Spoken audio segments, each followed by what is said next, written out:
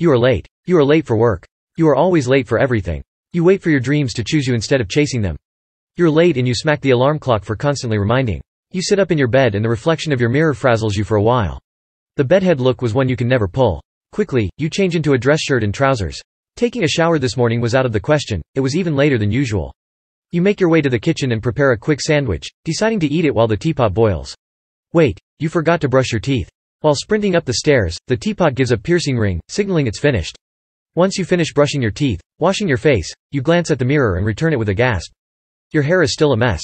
Tired, you comb through it with your fingers while walking back down the stairs. Before leaving the house, you grab the navy blue blazer from the entryway closet, tea mug in one hand, suitcase in the other and loafers guiding your feet. You take a deep breath of the fresh air outside as you lock the door. Looking at the bright sky, you felt a little more comfortable in your unpunctuality. Even the loved sun could be and especially was late. After an intense walk uphill, you arrive at the Shibuya station. The Toyoko line will arrive in 15 minutes. It seems it's running late, due to this you sit down on a bench and wait. You pull your usual red delicious snack out of your bag. You feel someone's lingering eyes over your shoulder. They belong to a homeless man, a man you haven't noticed until now. You don't feel remorse, chomping on the apple in front of the man. He is merely another human being, a being you'd quickly become if you keep running overly late. A chubby woman wanders by the bench. Pig, the homeless man instantly says under his breath. That's rather rude of him, you think in your head. Then a healthy-appearing man in a business suit carrying a briefcase passes by the bench. Human, the homeless man mumbles this time. You silently chuckle. He's just crazy, you think. Why am I even giving him the time of day? It isn't like I have much time left for myself anyways. The train arrives. After an hour commute, you get off at Yokohama to start another day at the office, end the 9 to 5 shift and come back home the same way you came. In the evening, after watching hours of TV and drinking beer, you take a long-deserved shower. Before you rest, you take a light snack and curl up in bed. You remember the homeless man. You hadn't noticed him on the way back though. No, I'm not wasting my sleep time on him, you think. That's one time I surely don't like to waste. But something keeps making you think of him, something mystic. Whatever it is, these thoughts enable you to doze off, leaving gaping holes in your dreams. The next morning is yet again a late one, but this time it's early enough to squeeze in a shower. Everything else about your morning routine is the same. Slamming the alarm clock, unbrushed hair, strolling uphill to the station. Once you reach the station, you crave an apple until you see the same homeless man parked on the bench. Sternly, you sit down and scowl at him while he watches a group of commuters. There's a short man, a young boy, and an old lady. Milk, pizza, cookie, the homeless man cites as they roam. Although it seems like a recipe for disaster, at least it's not rude, you think. The healthy man from yesterday struts by. Human, the homeless man whispers in exchange. Maybe he's stating the obvious, but then what does pizza mean? You finish the apple to its core in a flash.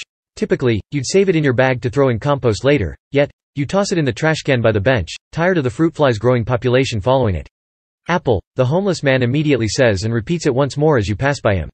That's unusual, he hardly repeats the same two nicknames. Why hasn't he given me one the other countless occasions I pass him? Surely this is the first time you have passed him with an apple. But no one else had the food physically on them.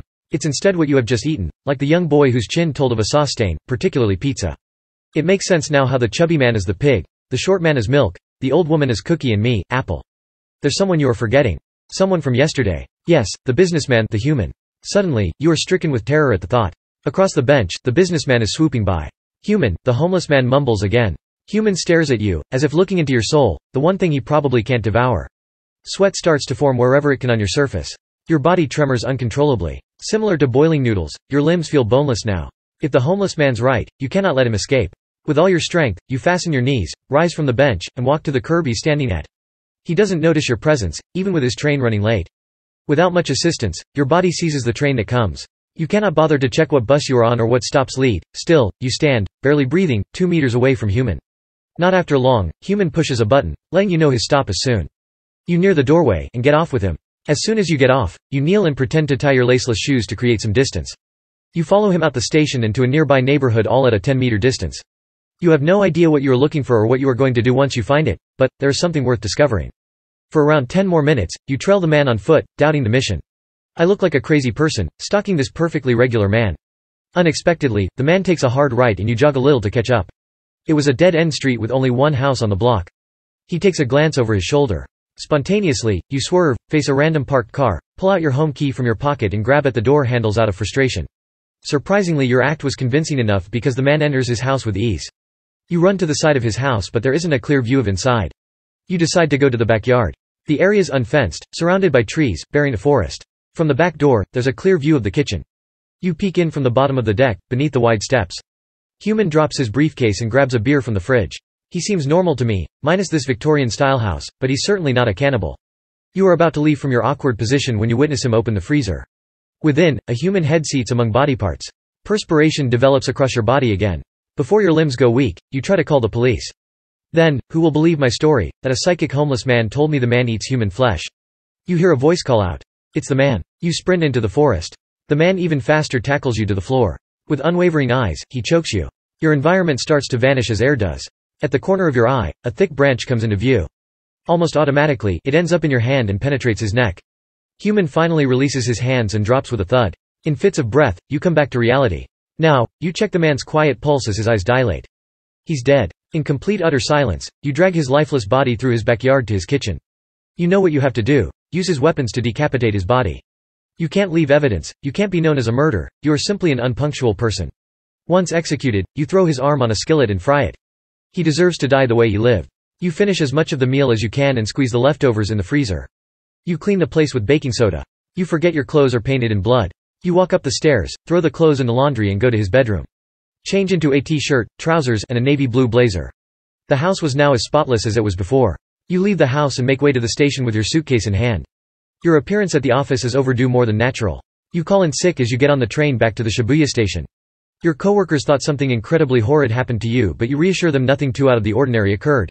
As soon as you depart the train, you notice a person sitting on the bench next to the homeless man. Human, the homeless man says as you pass by. You glare at the man beside him and he reciprocates, hardly breaking eye contact. You get out of the station and glide throughout the downhill walk to your house.